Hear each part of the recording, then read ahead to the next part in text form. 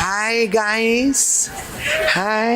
আমি এসেছি আজকে তোমাদেরকে সব দেখাবো বলে। আছে না নাই? আজকালকের ছেলেরা বই নিয়ে আর বসে না, ও বাবা গুগলে সার্চ করিয়া পড়ে।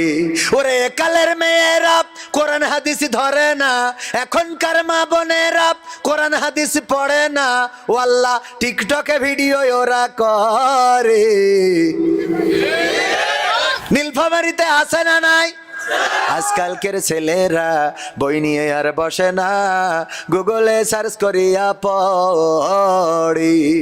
আগের সময় প্রেম করিলে আমার মুরব্বীরা বলতো পাইছো কি, এখন বলে শখ করিয়া বাবু তুমি খাইছো কি। আগের সময় প্রেম করিলে মুরব্বীরা বলতো পাইছো কি, এখন বলে শখ করিয়া বাবু তুমি খাইছো কি। লজ্জা শরম নাই, আইলাম কোন জামানাই, লজ্জা শরম নাই, আইলাম কোন জামানাই। ভবিষ্যৎ দেখি অন্ধকারে। আজকালকের ছেলেরা বই নিয়ে আর বসে না, ও বাবা গুগলে সার্চ করিয়া পড়ি। নতুন করে হয়েছে চালু এখন আবার কোন ট্রেন্ড, পরিচয় করাই দেখি এই আমার গার্লফ্রেন্ড। আছে না নাই? হঠাৎ করে নীলফামারী শহরে দেখা, বন্ধু পড়ার জন্য গিয়েছেন, অথবা রংপুরে দেখা, দোস্তের সাথে আর একজন বগলের নিচে হাত ঘুরে বেড়ায়। দোস্ত কবে বিয়ে করলে জানাইলে না কিছু? না দোস্ত এখনো বিয়ে করি নাই। বিয়ে করো নাই, এটা কিডা? পরিচয় করাই দিলে এই আমার গার্লফ্রেন্ড। শরমের মাথা খাইয়া গেছে ওরা পাগল হইয়া, শরমের মাথা খাইয়া গেছে সব পাগল হইয়া। ভবিষ্যৎ দেখি অন্ধকারে। আজকালকের ছেলেরা বই নিয়ে আর বসে না, ও বাবা গুগলে সার্চ করিয়া পড়ি। এমন মানুষ আছে না নাই? গুগলে সার্চ করে, ভিডিও সার্চ করে। ওগো আমার ভাইজানেরা, ওই যে কাউকে যদি জিজ্ঞাসা করেন ভাই বাংলাদেশের আয়তন কত, উনি বলবে দাঁড়াও একটু গুগল মামার কাছে জিগায়। তারপরে গুগল মামারে বলবে বাংলাদেশের আয়তন কত, তারপরে বলে দেবে এইটা। এইগুলো আমাদের মেধা শূন্য করে ফেলছে, বলেন ঠিক কিনা? সাবধানে থাকিও নারী পর্দার আড়ালে, হাদিসে হারাম লেখে অন্য দেখিলে। সাবধানে থাকিও নারী পর্দার আড়ালে। মনে থাকবে? আলোচনা কি করব? শুনবেন ইনশাআল্লাহ। রঙ্গরসের দিন ছিল আমার একদিন, রঙ্গরসের দিন ছিল আমার একদিন। 12 ঘন্টা বেলায় আমার সন্ধ্যা হইল, পাখি উড়ে যাওয়ার বুঝি সময় হলো রে। পাখি উড়ে যাওয়ার বুঝি সময় হলো, পাখি উড়ে যাওয়ার বুঝি সময় হলো। হ্যাঁ, পাখি উড়ে যাওয়ার বুঝি সময় হলো। শরীরে চামড়া ছিল টান, মিষ্টি সুরে গাইতাম গান। গলার আওয়াজ আমার কত দূরে যাইতো। শরীরে চামড়া ছিল টান, মিষ্টি সুরে গাইতাম গান। গলার আওয়াজ আমার কত দূরে যাইতো। পাইকা গেল মাথার চুল, কথা বলতে পড়ে ভুল। পাইকা গেল মাথার চুল, কথা বলতে পড়ে ভুল। চোখে দেখি গন্ডগোল, দন্ত নড়িল। পাখি উড়ে যাওয়ার বুঝি সময় হলো রে। পাখি উড়ে যাওয়ার বুঝি সময় হলো, পাখি উড়ে যাওয়ার বুঝি সময় হলো। হায়, পাখি উড়ে যাওয়ার বুঝি সময় হলো। ঘন ঘন আসে দম, কানেতে শুনি কম। পিছে পিছে জম আমার ঘুরতে লাগিল। ঘন ঘন আসে দম, কানেতে শুনি কম। পিছে পিছে জম আমার ঘুরতে লাগিল, খাটো হয়ে আসছে পাও, হীন হলো সর্বদাও, খাটো হয়ে আসছে পাও, হীন হলো সর্বদাও, ভাবে বুঝি সময় আমার ফুরিয়ে এলো, পাখি উড়ে যাওয়ার বুঝি সময় হলো, হায় পাখি উড়ে যাওয়ার বুঝি সময় হলো, পাখি উড়ে যাওয়ার বুঝি সময় হলো রে, পাখি উড়ে যাওয়ার বুঝি সময় হলো। এই মেধা শূন্য হওয়া যাবে না।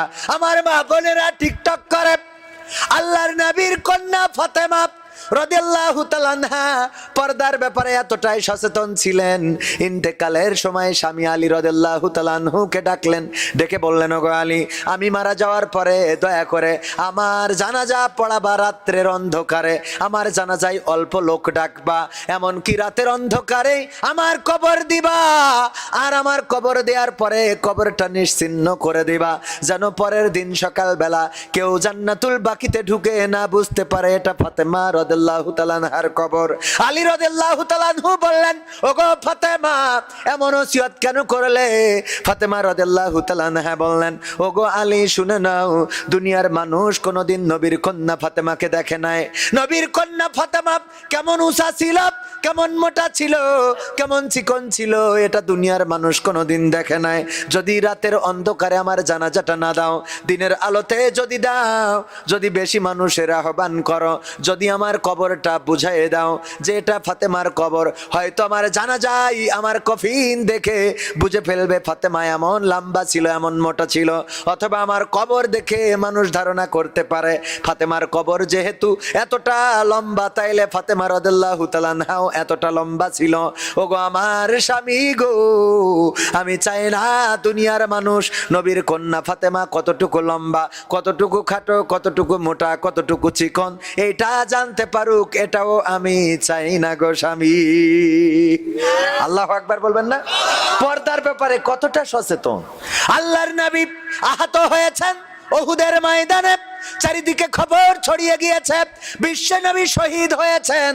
আল্লাহর নবীর কন্যা ফাতেমা রাদিয়াল্লাহু তাআলা আনহা তাড়াতাড়ি করে দৌড়ালেন, উহুদের ময়দানে গিয়েছেন। আল্লাহর নবীর হুশ আসার পরে দেখলেন পাশে ফাতেমা রাদিয়াল্লাহু তাআলা আনহা বসা। বললেন, ওগো আমার কন্যা, কেন এসেছো যুদ্ধের ময়দানে?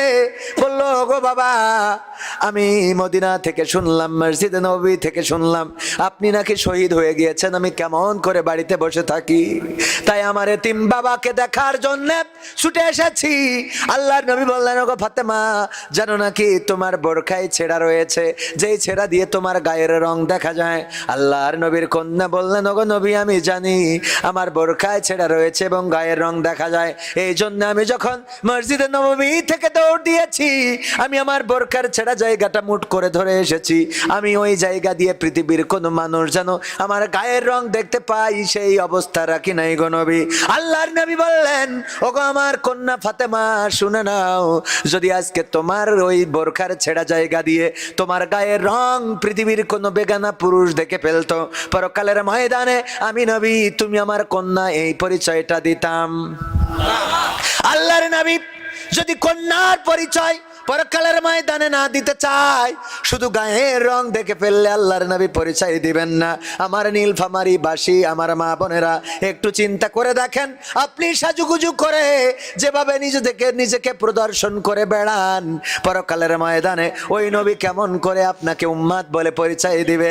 বরং আপনি যদি বলেন, গো নবী, বিপদে পড়েছি গো নবী, আজকে আপনি সুপারিশ করেন, আল্লাহর নবী বলবেন যে দায়ুস হয়েছে তাকে আমি সুপারিশ করতে পারবো নারী। সেটা পতিতাদের আড্ডাখানা, এর চেয়ে মরাই ভালো, দেশ ছেড়ে যাওয়াই ভালো, এর চেয়ে মরাই ভালো, দেশ ছেড়ে যাওয়াই ভালো। কি হবে ধোকা দিয়ে বিবেকটাকে, কি হবে ধোকা দিয়ে বিবেকটাকে, কি হবে বেঁচে থেকে অযথা বিদ্যা শিখে যদি না গড়তে পারি শোষণবিহীন সমাজটাকে, কি হবে বেঁচে থেকে? তার মানে হলো, যারা ভার্সিটিতে পড়ে সেখানে পতিতা আছে না নাই, নর্তকী আছে, নায়িকা আছে, অশ্লীলতা আছে, মাদক আছে, ধূমপান আছে, অন্যায় অপকর্ম আছে। ওগো আমার ভাইরা, সেই ঢাকা ভার্সিটিতে সাদিক কায়ুম কোরআনের পক্ষের লোক, তারে এত বিপুল ভোটে বিজয়ী করেছে বাংলাদেশের মানুষ। সাদিক কায়ুম কোরআনের পক্ষে থাকার কারণে বিজয় দান করে দিয়েছেন কি? শুধুমাত্র ঢাকা ভার্সিটি নয়, অন্যান্য ভার্সিটি গুলোতেও চবি, তারপরে রাবি, তারপরে আরো চকসু, জাকসু, রাকসু, ঢাকসু, সব জায়গায় বিজয় দিয়ে দিয়েছেন কে? আমার যুবকেরা যদি কোরআনের কাছে আসতে পারেন, যদি কোরআনের পথের পথিক হতে পারেন, আল্লাহ রাব্বুল আলামিন আপনার ইজ্জত দুনিয়ায় বাড়িয়ে দেবেন, আখিরাতেও বাড়িয়ে দেবে। দুনিয়ায় আপনার জীবনটা সহজ করে দিবেন, আপনার চাকরির ব্যবস্থা হয়ে যাবে। চাকরি যদি নাও পান, চলার রাস্তা করে দিবেন কে? আল্লাহ চাকরি দেওয়ার ব্যবস্থা করে দেবে, এমন করে দেবে যে আপনি চাকরি দিচ্ছেন। এই ব্যবস্থা আল্লাহ করতে পারে না? পারে না। সুতরাং কোরআনের পক্ষে, আল্লাহর পক্ষে, আল্লাহ রাসূলের পক্ষে, দিনের পক্ষে থাকতে হবে অত্র অঞ্চলের মানুষেরা। আলেমদের যদি কদর না করেন, পায়ে হাত দিয়ে বলবো, আলেমদেরকে সম্মান করবেন, ইজ্জত দিবেন, আল্লাহ রাব্বুল আলামিন দুনিয়া এবং আখিরাতে ইজ্জত বাড়িয়ে দিবেন। কোরআনের এই মাহফিল, এই মাহফিলে যারা এসেছেন, বসেছেন, আল্লাহ রাব্বুল আলামিন এই কোরআনের মাহফিলের সম্মানে অত্র অঞ্চলে যত কবর আছে, কবরগুলোকে 40 দিনের জন্য মাফ করে দিয়েছেন। বলেন সুবহানাল্লাহ। কবরগুলোকেও কোরআনের মাহফিলের সম্মানে, শুধু তাই নয়, বিশ্বনবী বলেছেন এই মাহফিল হলো জান্নাতের বাগান, রিয়াজুল জান্নাহ। রিয়াজুল জান্নায় যাদের বসার সৌভাগ্য হয় না, রিয়াজুল জান্নায় যাদের থাকার সৌভাগ্য হয় না, পরকালের ওই জান্নাতে যাবেন এত সোজা, কথা কয় না, এত সহজ মনে করেন? ওই জান্নাত এত সহজ নয়। ওই জান্নাতে কি যেতে চান আপনারা? কারা কারা চান? দুটি হাত দেখতে চায়। লিল্লাহি তাকবীর। আল কোরআনের আলো, আল হাদিসের আলো, আমার নেতা তোমার নেতা, নারায়ে তাকবীর। মা বোনদের জন্য আমি বলতে চাই, আমার রব বলে দিয়েছেন, ওয়া করনা ফি বুয়ুতিকুন্না ওয়ালা তাবাররাজনা তাবাররুজাল জাহিলিয়াতিল উলা। ওগো নারীরা, পর্দার মধ্যে থাকো, জাহিলি যুগের মেয়েদের মতো সাজুগুজু করে নিজেদেরকে প্রদর্শন করে বেড়ায়ও না। ভাইয়েরা আমার, যেই রব নারীদেরকে পর্দার মধ্যে থাকতে বললো, ওই নারীরা এখন টিকটকে, ওই নারীরা এখন রিলস বানায়, ওই নারীরা এখন লাইভ করে, স্বামী ধরে ক্যামেরা আর স্ত্রী করে ভিডিও। পাখি উড়ে যাওয়ার বুঝি সময় হলো রে, পাখি উড়ে যাওয়ার বুঝি সময় হলো। ভাইরা আমার, এই মৃত্যু কি 100 বছর পরে হবে, 50 বছর পরে, 1 বছর পরে? এই আল্লাহর বান্দা, এই জাম্পার, কি হয়েছে তোমার? ওঠো কেন? হ্যাঁ,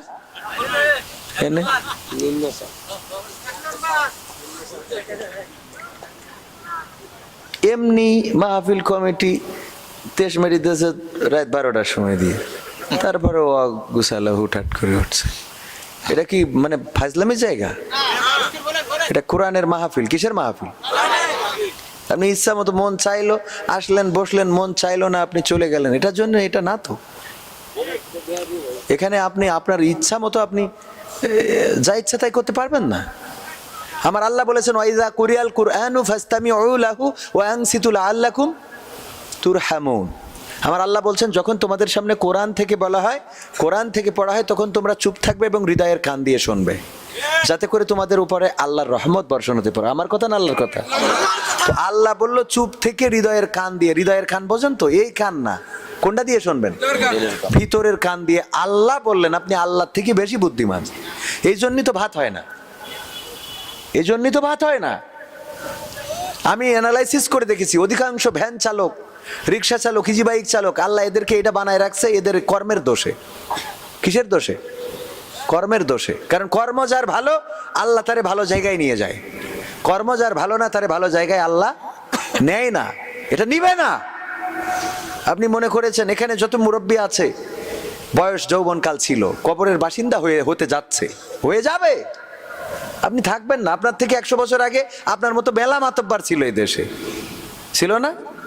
কথা কয় না। 50 বছর আগে মাতব্বার ছিল, আপনার 50 বছর পরে কোনো মাতব্বার এখানে থাকবে না। বুড়ো হয়ে বাড়িতে বলবে চার দোকানে যেয়ে বসে থাকো, চার দোকানে এই আপনি দোকানে আসলে আমার কাস্টমার আসে না, বাড়ি যান। কবরে যাওয়ার জন্য ফরিয়াদ করা ছাড়া রাস্তা থাকবে না, যে আল্লাহ খালি আমারে উঠাই নাও। ঠিক।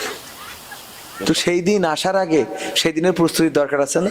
আল্লাহ বললেন ইয়া আইয়ুহাল্লাযীনা আমানুত্তাকুল্লাহ হাক্কা তুকাতিহি ওয়া লা তামুতুন্না ইল্লা ওয়া আনতুম মুসলিমুন। ওগো ঈমানদারেরা, আল্লাহকে ভয় করো যথাযথভাবে, আর মরো না যতক্ষণ পর্যন্ত না পূর্ণ মুসলমান আত্মসমর্পণকারী হতে পারো। আত্মসমর্পণ করতে হবে কার কাছে? আমরা আমাদের মতো করে এই হাত পা চোখ কান নাক মুখ দিয়েছেন কে? হাসপাতালে যান তো, যাদের কিডনির রোগ আছে অ্যানালাইসিস করতে হয় সপ্তাহে 2 দিন থেকে 3 দিন। এই যারা ডাক্তার আছেন শিক্ষিত আছেন তারা বোঝেন কি করতে হয়। রক্ত বের করে এক মেশিন দিয়ে রিফ্রেশ করে আবার রক্তটারে ঢুকাইতে হয়। এর জন্যে প্রতি সপ্তাহে 2 থেকে 3 দিন হাসপাতালে আপনার 3 থেকে 4 ঘন্টা 5 ঘন্টা সময় দিতে হয়, এবং ওই ফিল্টারটা কিনতে হয়, কারণ আপনার যে কিডনি নামক ফিল্টার আল্লাহ নষ্ট করে দিয়েছে। প্রতি সপ্তাহে অন্তত 2, 2.5, 3 হাজার 5 হাজার টাকা খরচ করতে হয়। সপ্তাহে নর্মালি 5 হাজার টাকা করেও যদি ধরেন, তাইলে মাসে 20 হাজার টাকা খালি শুধু আপনার রক্ত রিফ্রেশ করার জন্য হাসপাতালে দিতে হতো। আর সময় যেটা দিতে হতো সেটা দিত। আর এমনি তো বোর সাথেও তো থাকতে পারতেন না, কারণ মেশিনেরও কাজ হয়ে যেত। আল্লাহ যে আপনারা এই কিডনিটা ভালো রেখেছে, এর জন্য অন্তত শুকরিয়া আদায় করার দরকার না? হ্যাঁ রে মানুষ, এই জন্য আল্লাহ জান্নাতটা দেবে পৃথিবীর থেকে কয় গুণ বড়, কয় গুণ। কারণ কি কোন দিন কোন কারণ হইলো যাবে তো কম লোক, জান্নাত থাকবে ফাঁকা ফাঁকা, কম লোকই জান্নাতে যাবে। সেদিন কয়দিন আগে ভূমিকম্প হলো না? ওই দিন যদি বাংলাদেশটা উল্টাই দিত, দেওয়ার পরে আল্লাহ যদি বলতো এই দেশের মানুষ যারা আসো ফজরের নামাজ যার হইলো মাফ করে দিলাম, বলেন তো জান্নাতে বেশি দিত না জাহান্নামে? তাহলে জান্নাত এই জন্য বড়, আর জাহান্নাম হইলো সংকীর্ণ, ওখানে টাইট গ্যাদারিং, মানুষ গাদাগাদি করে থাকবে। কারণ সব তো জাহান্নামের জন্য কাজ করেছেন। মাহফিল ভাল লাগে না, জলসা ভাল লাগে না, কোরআন ভাল লাগে না, হাদিস ভাল লাগে না, দাড়ি ভাল লাগে না, টুপি ভাল লাগে না, এইগুলো ভাল লাগে না। তা আপনার আল্লাহ দেবে কনে? কবে তো যেহেতু ভাল লাগে না, তো জান্নাতও যেন ভালো না লাগে, তো জাহান্নাম দিলা। কথা কয় না।